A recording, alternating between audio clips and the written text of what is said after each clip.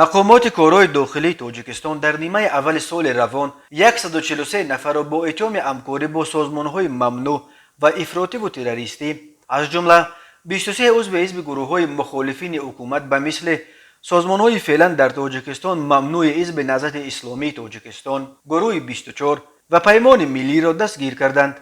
در این باره روز 4 آگوست در نشست خبریش وزیر کارهای داخلی تاجیکستان رمضان رحیمزاده خبر داد بنا به آمار آورده جنرال رحیمزاده از همه بیشتر در نیمه اول سال طرفداران رویه مذهبی نیز ممنوع سلفیه دستگیر شدند. سلفیه 45 نفر، دولت اسلامی 26 نفر، گروه 24 13 نفر، انصارالله 9 نفر، جماعت تبلیغ 8 نفر، حزب نهضت اسلامی تاجیکستان 6 نفر، حزب التحریر 6 نفر، حرکت اسلامی ازبکستان 5 نفر، پیمان ملی تاجیکستان 4 نفر، اخوان المسلمین 3 نفر، القاعده 3 نفر، جماعت تبلیغ 8 نفر. رحیمزاده گفت امسال توسط اینترپول 330 نفر از جمله 99 نفر با اتهام همکاری با سازمان‌های تروریستی و افراطی تحت جستجوی بین المللی قرار داده شدند.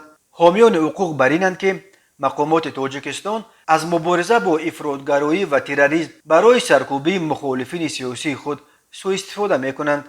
مقامات این را رد می‌کنند.